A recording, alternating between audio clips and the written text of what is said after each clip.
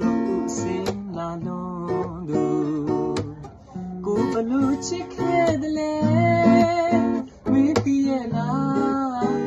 မုံရွှေ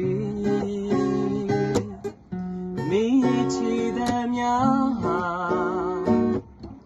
ပန်းတရားကြွေတယ်လို့မောင်ရင်ခွင်ကိုလှုပ်ခါစေတဲ့မုံရွှေလူတကာနှုတ်ပြလာမင်းကြောင့်လေးတွေမြဲကြရသည်လူငယ်တွေတဲ့ဆဲတဲ့မင်းတဲ့လေးတွေမွေလုံးသည်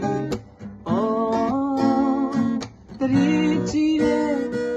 မင်းသမီးလေးမောင်မုံရွှေ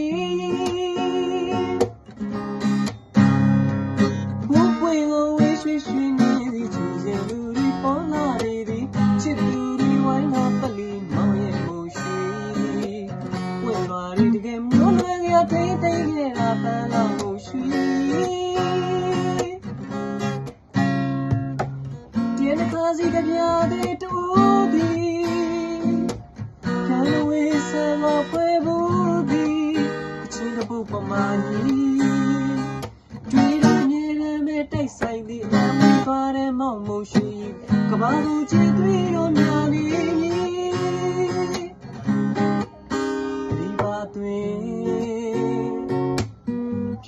စေသူအသာအိုမို့တေမောင်ဘလူစိတ်ချပြီးအိမ်ရမလဲမုံရွှေ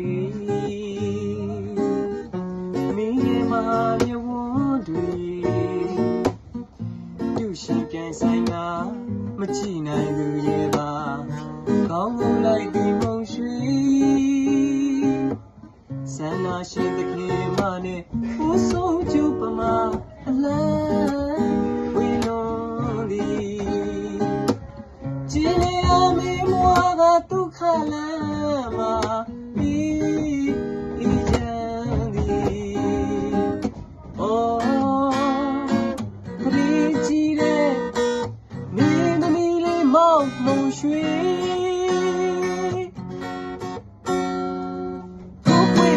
ရွှေရွှေနေစီချူချင်သူတွေပေါ်လာပြီသည်သူတွေဝိုင်းငါပတ်လိမောင်ရဲ့မုံရွှေမာရီတကယ်မျိုးနွယ်စရာထင်နေခဲ့တာပန်းလာမုံရွှေမုံရွှေပန်းလာဘူးနမ်းလာတော့ဒီချူချင်သူအသေးနဲ့အောင်ချစ်ခဲ့ကြသည်ဒီအသေးဆွဲမုံရွှေညီမခွဲမဲ့ဝတ်တုံးမြည်မီမြစ်တာရင်မတွေ့တော့ဖြောလို့ရွှေမိုးငွေမိုးပါစီမည်